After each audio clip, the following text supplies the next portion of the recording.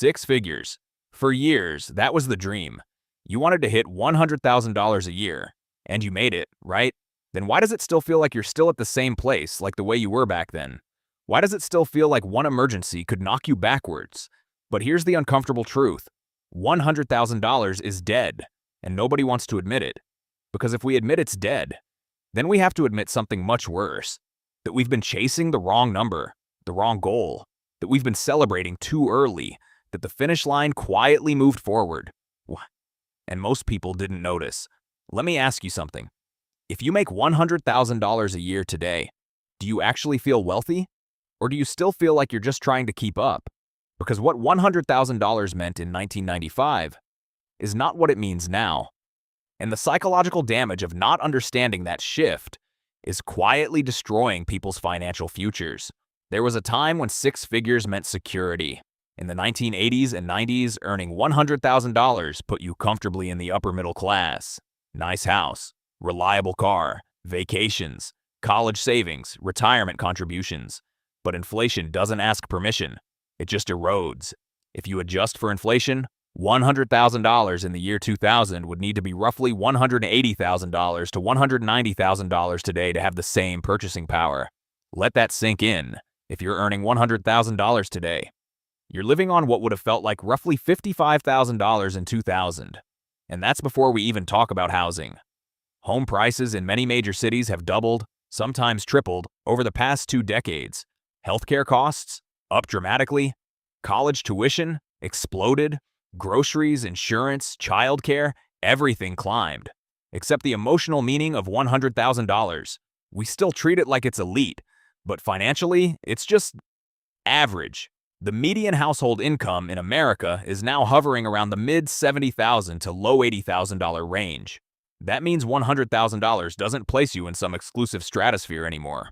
In many cities, it barely buys breathing room. In places like New York, San Francisco, Los Angeles, Boston, $100,000 is survival mode with better lighting. You're not poor, but you're not powerful either. And here's where the real problem starts. People hit six figures, and they psychologically arrive. They think, I made it. I can relax. I'm successful now. But in reality, they've just stepped into what I call the six-figure illusion. The six-figure illusion is dangerous because it creates premature celebration. You hit $100,000. You upgrade the apartment. You upgrade the car. You upgrade the vacations. You upgrade the lifestyle. And suddenly, your expenses rise to meet your ego. This is lifestyle inflation disguised as achievement. And it's lethal. Here's the math nobody talks about. If you earn $100,000 per year, after federal taxes, state taxes, Social Security, Medicare, health insurance, retirement contributions, you might take home somewhere between $65,000 and $75,000 depending on where you live. Now subtract $2,500 per month for rent or mortgage, that's $30,000 per year. Utilities, insurance, transportation, easily another $10,000 to $15,000. Groceries, $8,000 to $12,000 for a family. Childcare, that alone can be $15,000 plus annually in many areas. Suddenly, your six-figure income doesn't look like dominance, it looks like pressure. And here's the psychological trap. Because $100,000 still sounds impressive, people compare themselves to lower income brackets and feel ahead. But when they compare themselves to asset owners, to people building real net worth, they feel behind. So they respond emotionally. They chase promotions aggressively. They take bigger risks. They stretch for bigger homes. They finance lifestyle upgrades.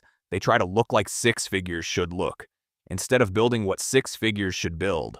This is where most people stall.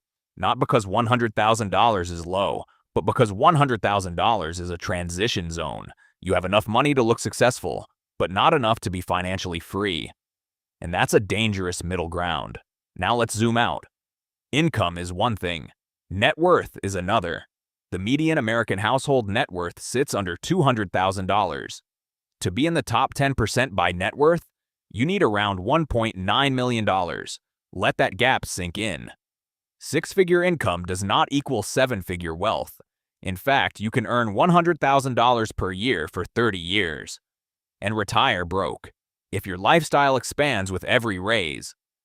If your investments are inconsistent, If your housing costs eat your savings, if your debt compounds faster than your assets, the problem isn't that $100,000 is low. The problem is that $100,000 feels high. And that feeling changes behavior. It creates complacency. It creates overconfidence. It creates comparison traps. People stop optimizing. They stop being aggressive savers. They stop acting like builders.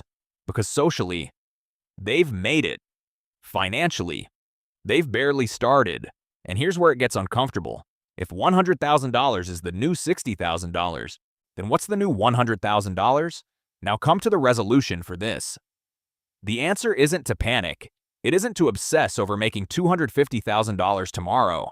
It's to shift the target. The real milestone isn't 6 figures in income. It's 6 figures in invested assets. Because money in your paycheck doesn't build freedom. Money in your portfolio does.